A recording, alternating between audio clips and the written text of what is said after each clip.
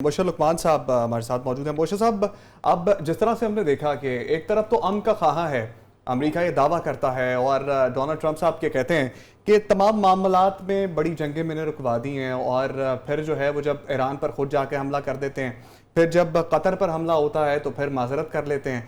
तो क्या आपको लगता है कि ये जो अमन की ख्वाहिश है ये सिर्फ जो है वो बाहर तक ही महदूद है, मुसलमानों के खिलाफ जो है वो ये अमन की ख्वाहिश वाला जो उनका नारा है ये सूदमंद साबित नहीं होता, ये कारामत साबित नहीं होता? यहाँ पर वो दो तरफ जो है डिवाइड क्यों हो जाते हैं? यार बात यह है कि आप दूसरे से क्या शिकायत कर रहे हैं जब अपने आप को शिकवे का मौका हर वक्त दे रहे हैं। हम डोनाल्ड ट्रंप को या पुतिन को या प्रेसिडेंट शी जिनपिंग को हम क्या गिला करें उनसे, जब आपकी उम्मत मुस्लिमा जो है वो एक करेंसी नहीं बना सकती, वो एक इस्लामिक बैंक नहीं बना सकती, वो अपने ऑयल जो है वो इजराइल को देना बंद नहीं कर सकती, वो गैस इजराइल को देना बंद नहीं कर सकती, वो पानी इजराइल को देना बंद नहीं कर सकती। जब पहली बारी इजराइल ने जॉर्डन पे हमला किया था, गोलान हाइट्स से कब्जा कर लिया था और पानी ले लिया था उनका, और आज जॉर्डन उन्हीं से पानी खरीदता है अपने मुल्क के इस्तेमाल के लिए, तो किसी की अहमियत नहीं जागी थी, किसी की उम्मत नहीं जागी थी, तब किसी को याद नहीं आया था कि वो मुसलमान है। नहीं, ये बादशाह लोग हैं और बादशाहों ने अपनी हुकूमतें बचानी है, इसलिए ये उनके आगे झुके रहेंगे। ये अब हर एक के साथ होना है। अगर आप ये समझते हैं ना कि ये कतर के साथ हो गया और यहाँ पे रोक देगा कोई मामला आके, नहीं नहीं नहीं, ये हर एक के साथ होना। अभी हर एक को वो ट्राई करेंगे, ऐसा ऐसा पेंच करेंगे, इवन पाकिस्तान तक आएगा पेंच करेंगे वो। इस चीज के लिए मेंटली तैयार है, फिजिकली तैयार है। कमजोर का कोई साथी नहीं होता। अगर पाकिस्तान ने अपने से 11 गुना बड़े हिंदुस्तान को इस तरह से कन्विंसिंगली ना मारा होता तो आज पाकिस्तान की कोई बात भी ना सुन रहा होता, ना OIC में, ना सिक्योरिटी काउंसिल में, ना कतर बुलाकर मिल रहा होता। कभी आपने किसी को देखा रेड कार्पेट ट्रीटमेंट कतर की तरफ से इतने शॉर्ट विजिट में, और वो भी जो इतनी ट्रेजेडी के बाद हो, इतने जनाजे उठाने के बाद हो, आपके PM को मिला? क्यों? आपकी अफवाज ने उनको दिखा दिया था कि हम अपने से 11 गुना बड़े बजट वाले के साथ हम किस तरह से निपटते हैं, और हमारी अफवाज जो है और हमारी दिफा जो है वो अल्हम्दुलिल्लाह कितनी इम्प्रेग्नेबल है। और आप वाहिद इस्लामी मुल्क है कि जो न्यूक्लियर पावर है, और इसको इस पर याद करें बार बार, इस पर कोई शर्मिंदा होने की जरूरत नहीं, ये फख्र की बात है।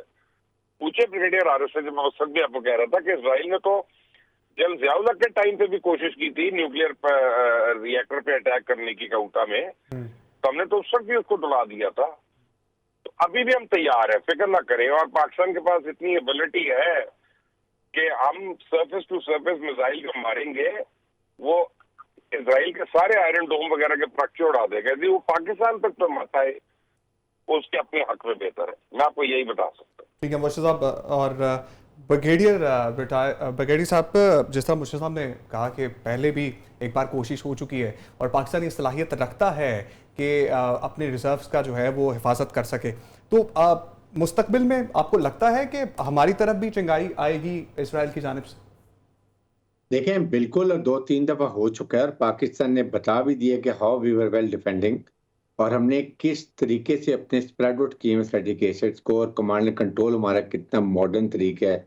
और फिर सेकंड ये कि हमारी मिसाइल टेक्नोलॉजी दुनिया में लेटेस्ट तरीन है, और कमांड एंड कंट्रोल को ये इंटरनेशनल एटॉमिक कमीशन और अमेरिकन इसको एक्नॉलेज करते हैं।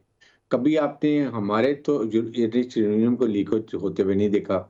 इंडिया में कितनी दफा पकड़ा गया चोरी होता हुआ। ये फर्क है हमारे। ब्रह्मोस मिसाइल नहीं 3-4 साल पहले इन्होंने गलती से फायर कर दिया था, गिरा था, फटा नहीं था। तो ये हमारे तो सिस्टम बहुत स्ट्रांग है, और हमारी strategic asset basically they're all India specific. हमारे जितने न्यूक्लियर एसिड न्यूक्लियर डिटरेंस है वो हमारा इंडिया के साथ है। लेकिन अगर किसी तरफ से भी हमें कोई भी थ्रेट आता है तो then we can react very violently. Pakistan की सलामती बका के लिए हमारी मुसल्लह फौज ऑलवेज रेडी, और इस पर कोई कॉम्प्रोमाइज नहीं। बात कर रहे हैं सैलाब की तबाहकारियों की, तो पंजाब में हालिया सैलाब से 4.3% ज़रई रकबा मुतासर हुआ है, जबकि 13 लाख एकड़ ज़मीन ज़ेर आब आ गई है, और पंजाब में सैलाब के बाइस मुख्तलिफ आसात में अमवात 100 से तजावुज़ कर गई हैं। आज़म चौधरी साहब, अब जनूबी पंजाब की जानिब रवा दवा है, यहाँ से सिंध का रुख करेगा सैलाब, और गुज़श्ता दिनों आप मौजूद थे कसूर में। غالباً، اور وہاں پر آپ نے دیکھا کس طرح سے کام چل رہا تھا سیلاب کے حوالے سے. مطمئن ہیں جو اقدامات کیے جا رہے ہیں پنجاب گورنمنٹ کی جانب سے اور انتظامیہ کی جانب سے، جو پرائیویٹ ادارے کام کر رہے ہیں، کس طرح سے کام ہو رہا ہے سیلاب کے حوالے سے وہاں پر؟ اچھا عمر، یہ پہلے تو آپ نے جو 4.3% کا ہے نا رقبہ متاثر ہوا ہے، یہ گورنمنٹ کے جو اپنی فگرز ہیں اس کے مطابق تقریباً 23 لاکھ ایکڑ ہمارا جو زرعی رقبہ ہے وہ متاثر ہوا ہے. جو کسان اتحاد ہے وہ کلیم کر رہا ہے کہ 35 لاکھ ایکڑ رقبہ جو ہے وہ سیلاب سے متاثر ہوا ہے.